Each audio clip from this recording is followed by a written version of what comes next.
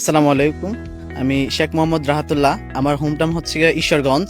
আমি বেলা নার্সিং কলেজের তৃতীয় বর্ষের একজন শিক্ষার্থী। তো আমি ছোট্ট করে আমার বেলা নার্সিং কলেজে আসার গল্পটা একটু বলবো। আমি প্রথমে অনেকগুলো নার্সিং কলেজে যাই।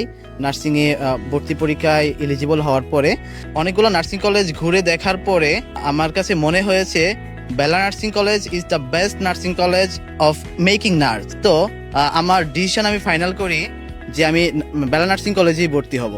তো এখানে ভর্তি হওয়ার পরে তাদের যেরকম কমিটমেন্ট ছিল, বিভিন্ন ধরনের ফ্যাসিলিটি সবগুলো আমি পেয়েছি আলহামদুলিল্লাহ। এছাড়াও এখন বর্তমান সময়েও সার্বক্ষণিক আবাসিক টিচার দ্বারা আমাদেরকে প্রপার গাইডলাইন দেওয়া হয় এবং কি আমরা এখানে পর্যাপ্ত পরিমাণ লাইব্রেরি সুবিধা, আবাসিক থাকার সুবিধা সবগুলো আমরা পেয়ে থাকি। আমি বলবো যারা নতুন নার্সিং প্রফেশনে আসতে চাচ্ছেন, সরকারিতে যাদের চান্স হবে না তাদের জন্য বেস্ট অপরচুনিটি হবে বেলা নার্সিং কলেজ।